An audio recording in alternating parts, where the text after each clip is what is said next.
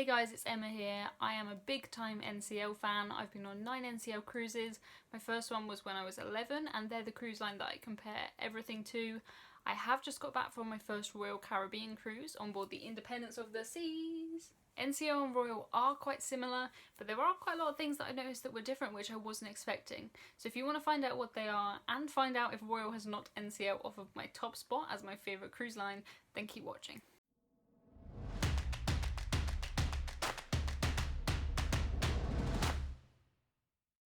Number 1. One big difference in the way that the ships are designed is that the Royal Caribbean ships seem to be very much designed around like a street or a promenade or a park or something that's in the middle of the ship and everyone looks in on it. They seem to very much focus on creating like a town or a city or something, but inside the ship, very much inside the ship. NCL ships seem to be more focused on the water and the ocean and sitting out on the waterfront, which I missed on the Royal Caribbean. I really like that about NCL. It's a strange one, but it seemed like to me that NCL was looking out at the ocean, appreciating the ocean, and Royal Caribbean is looking inside, looking at all of this cool stuff that we can put inside, which both of them are really cool. I really like the promenade on board Independence of the Seas. It was tons of fun, loads of cool things happened there. Number 2, dining times. NCL's freestyle dining is one of my favourite things about cruising with NCL. You literally just show up to a restaurant and they seat you. That's it. It's exactly the same as being on land. If you've got a peak time with a huge table, you might have to wait and you'll get one of those little pager things. But I don't think I've ever really had to wait. It pretty much works the same as on land. My time dining did not work like that at all. I think the idea is that you can show up and get seated, but every time I saw anything mentioned about my time dining, they always said you must book by like 3:30 in the afternoon. Every day pretty much we went to book the main dining room and they said you can either have 5:30 or 8:30 and they didn't have anything in between.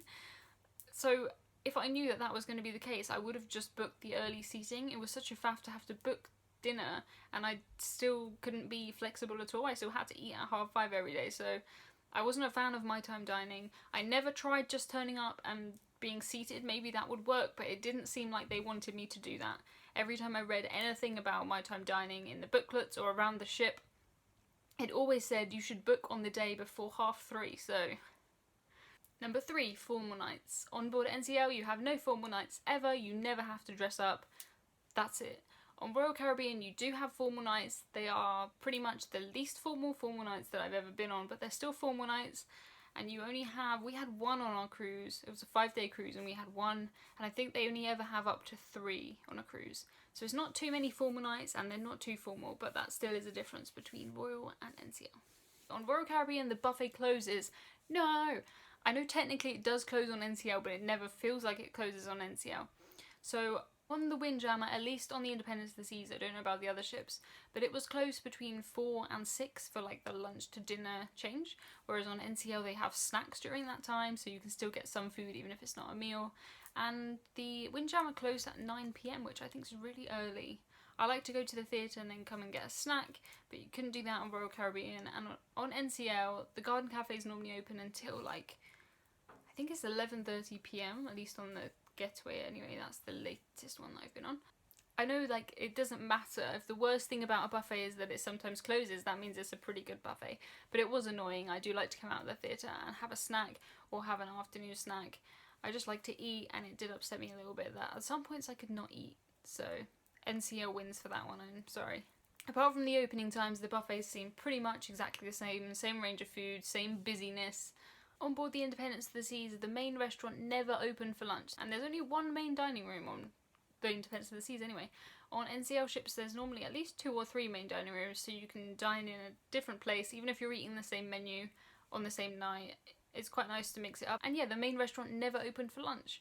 It might just be because we were on a 5-day cruise, but I do like to have a sit-down lunch sometimes.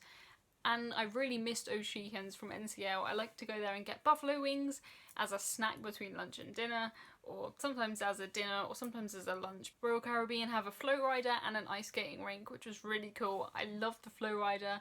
I was absolutely terrified and I put it off for maybe 4 out of 5 days of our cruise because I was too scared. But when I got on, it was loads of fun. It was so cold. If you want to watch the video, I'll link in the description. The ice skating show was really cool too.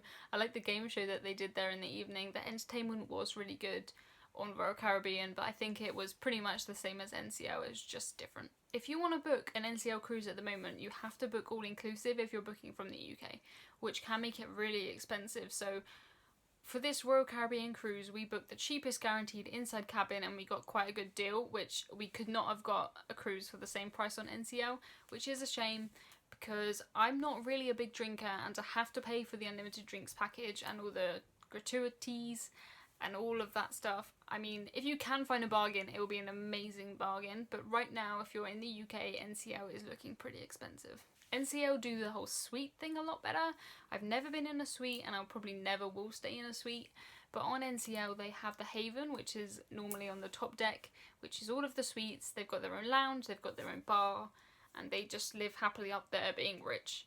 I have been up there once. One of my friends stayed up there when I was, I don't know, maybe I was 11 maybe, or no, I must have been about 13 or 14.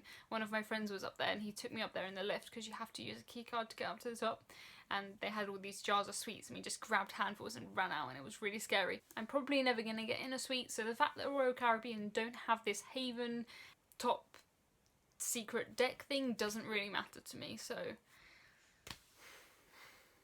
NCL are far better for solo cabins. According to people who cruise solo, I've never cruised solo either, but on NCL now, on the newer ships at least, they have all of these studio cabins which are around like a lounge where everyone can be friends, and they've got little windows out of your cabin into the corridor, and it's like a really cute little hotel inside a cruise ship.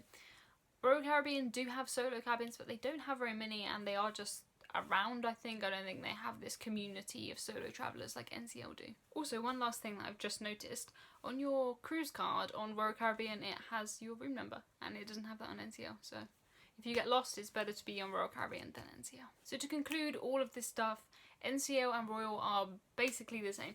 You can compare them, they're probably on the same level for me, but I'm still going to put NCL like a little bit higher because Royal have not knocked NCL off of my top spot for this cruise, but I don't think it's fair to compare. I've got 9 NCL cruises. I've been to like Hawaii and Alaska and the Med and the Canaries and all of these cool places, and I've done 5 days on Royal Caribbean to France and Belgium and the Netherlands, which it was fantastic, but I don't think I can compare 5 days with 9 cruises, really. I don't think that's fair, but at the moment NCL are still my top spot.